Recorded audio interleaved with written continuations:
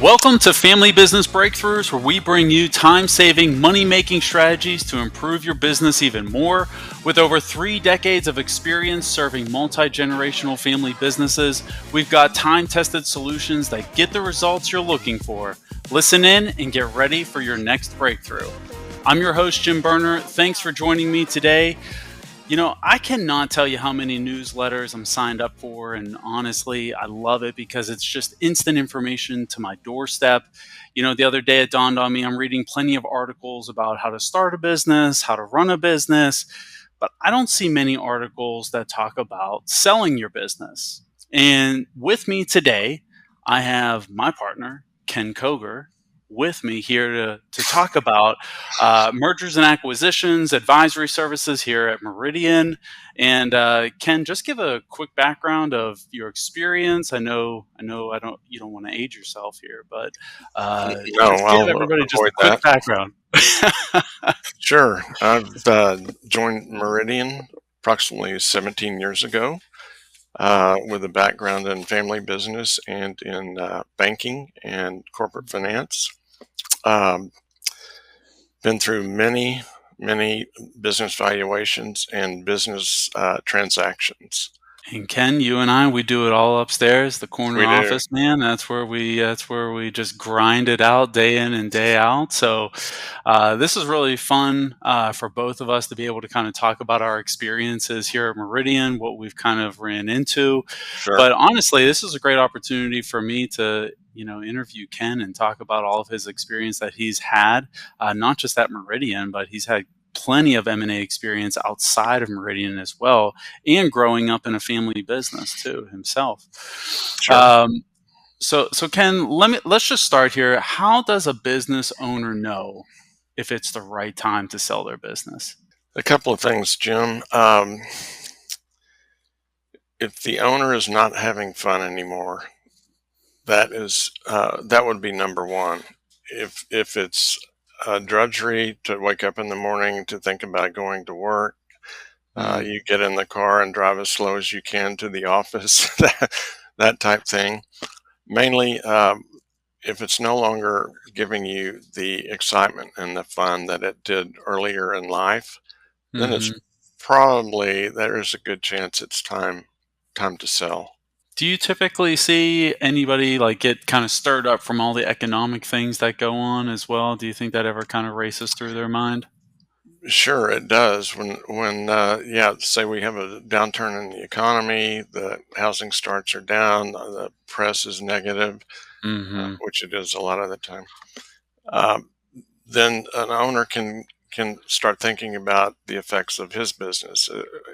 If his numbers are going down, his revenues or his margins are going down, sales revenues going down, that can compound in his thinking. Bad times are ahead of us, so it might Sure.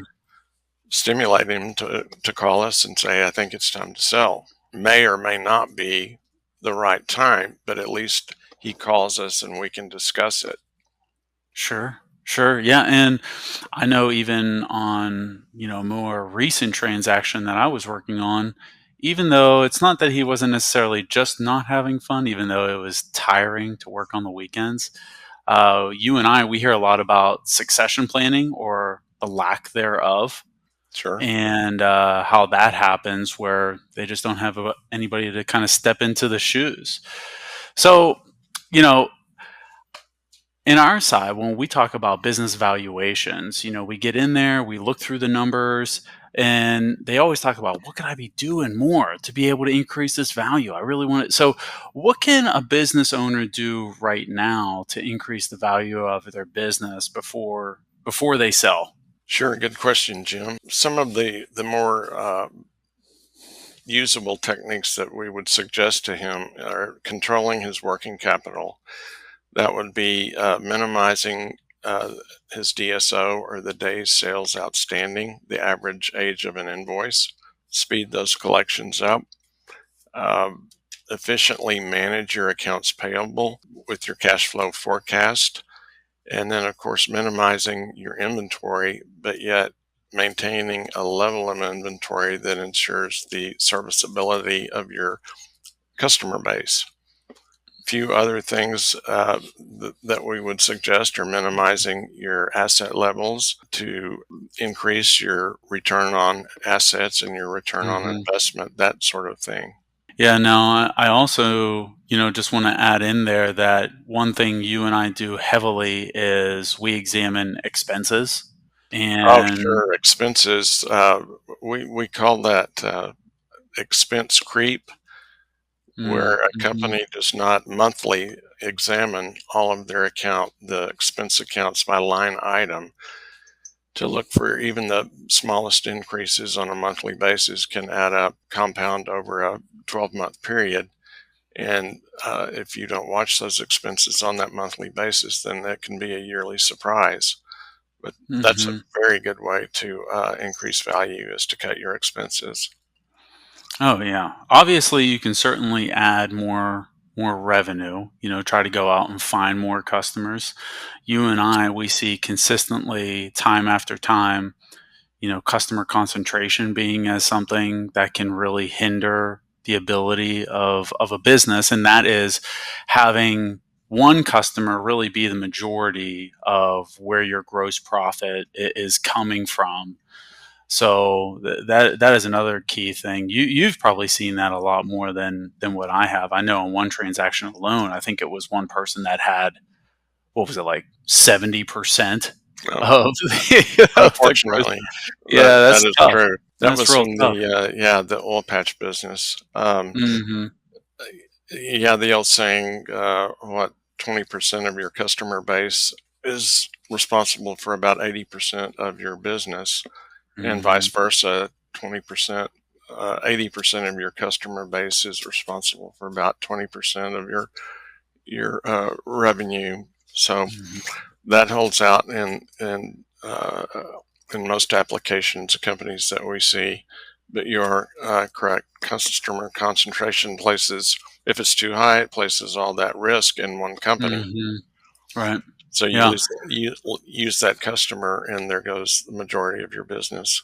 Now, at the end of a transaction, we've seen the roller coaster ride of emotions that have gone on with Yes, we business have. owner, their families, everything. So, what should a business owner expect from the advisory process? And what surprises owners the most about the Hmm. actual process?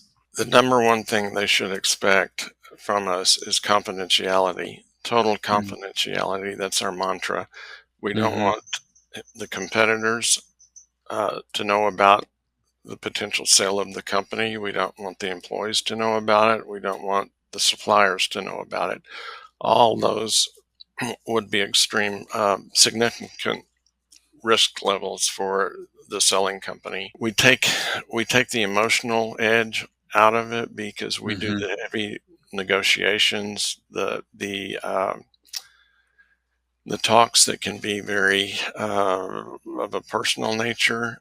We don't Right. want buyers saying negative things about the selling company and vice versa. So we can filter through that and give a very concise response back to the selling party that we represent. We can keep the emotion out of it, and we allow the owner, the selling party, to concentrate on his business, because a lot of times we see that owners trying to sell a company themselves, they lose focus on running the business. Mm. They're upset with a potential buyer. They want to walk away because of the hurt feelings, all sorts of things like that. So another expectation is that we allow the selling party to be in control. We supply a list of potential buyers. They typically will have a couple of buyers that they want us to talk to, but they have the authority to decline any of the potential buyers that we select for them. In Mm-hmm. other words, if they have a friendly competitor, that's okay. If they have an aggressive, unfriendly competitor that's trying to steal business, then certainly we don't want to call that competitor. And the selling party owner has complete right to tell us yes or no on who we call. Now, what would you say surprises the owners the most? There's usually like an aha moment that like comes in at like some point in time. I hear it, we're on call like 24/7 essentially, you and I.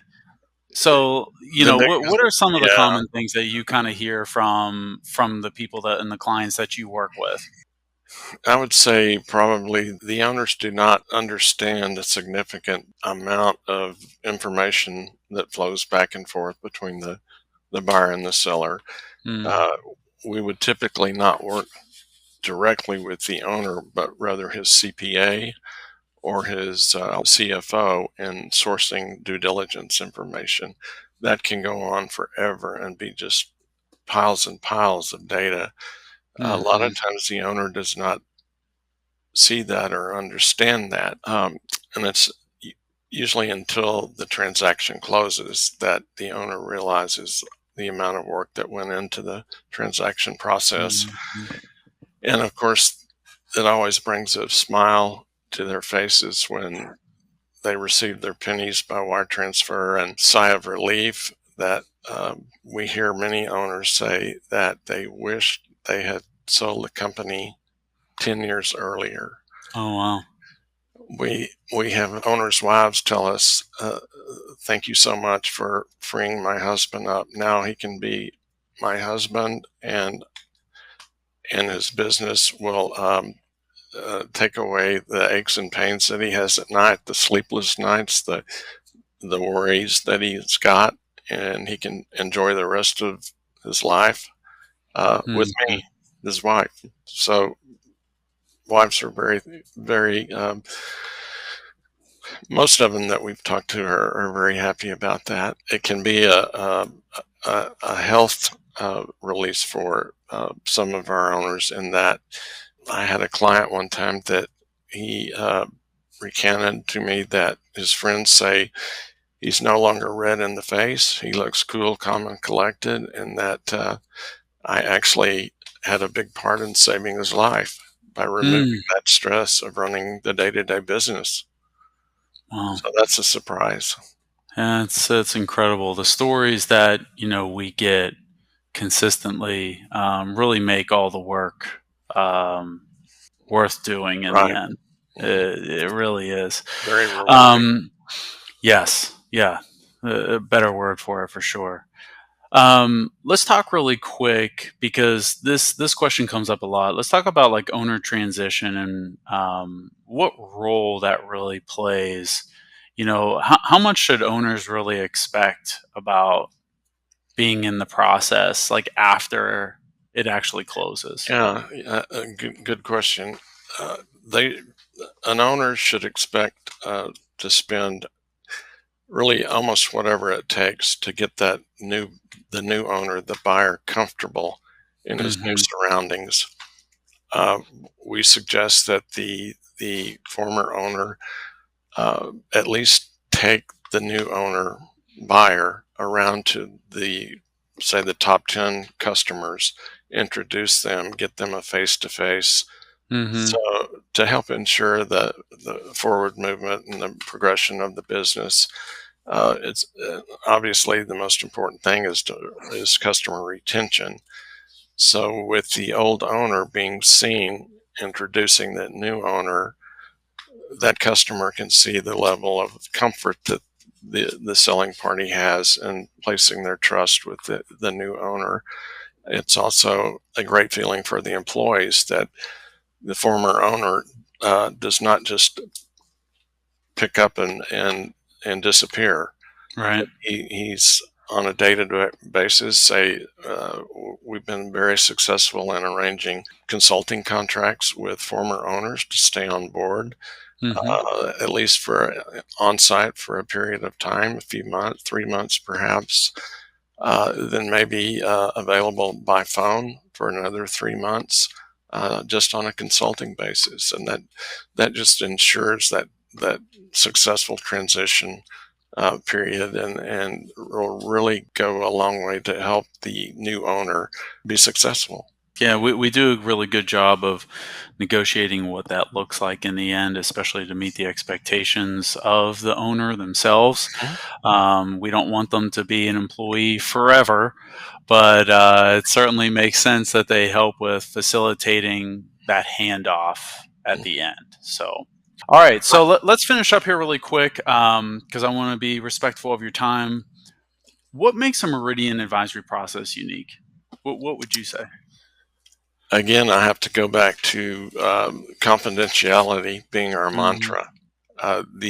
The selling party can be very assured that we're going to have total confidentiality throughout the process.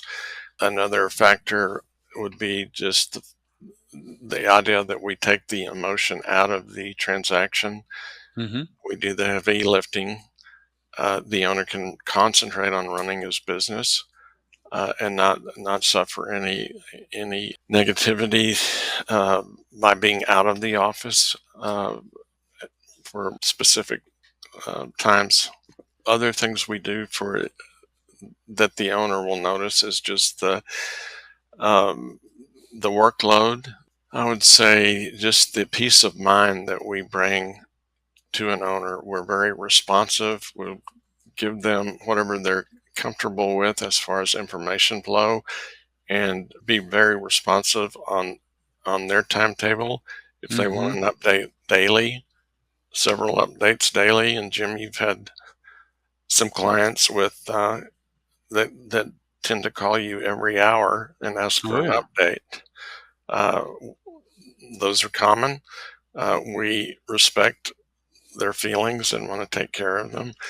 So Hmm. I guess to sum all that up is just the personal service that we're able to Hmm. provide, and we actually become. I've been called a family member in the Mm. past because you're so important working with that family and the business that they've more than likely built or their grandfather has built, and Hmm.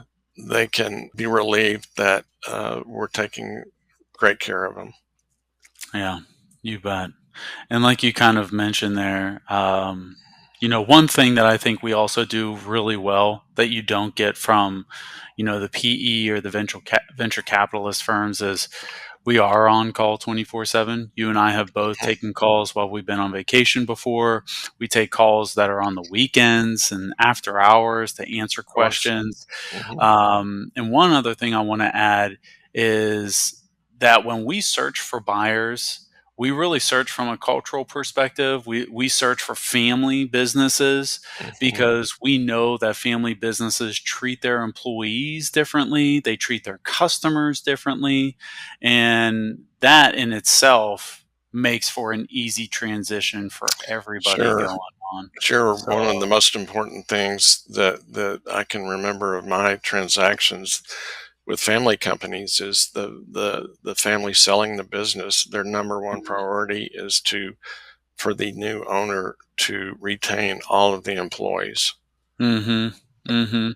Yeah, especially if like you're going to still have, and you've seen this before, their kids stay in the business and they are Sure. now employees on hand. So, you know, i- would you rather have some company coming in here and just cutting all the heads off, right? Or, Which PE firms will do right, it on a heartbeat.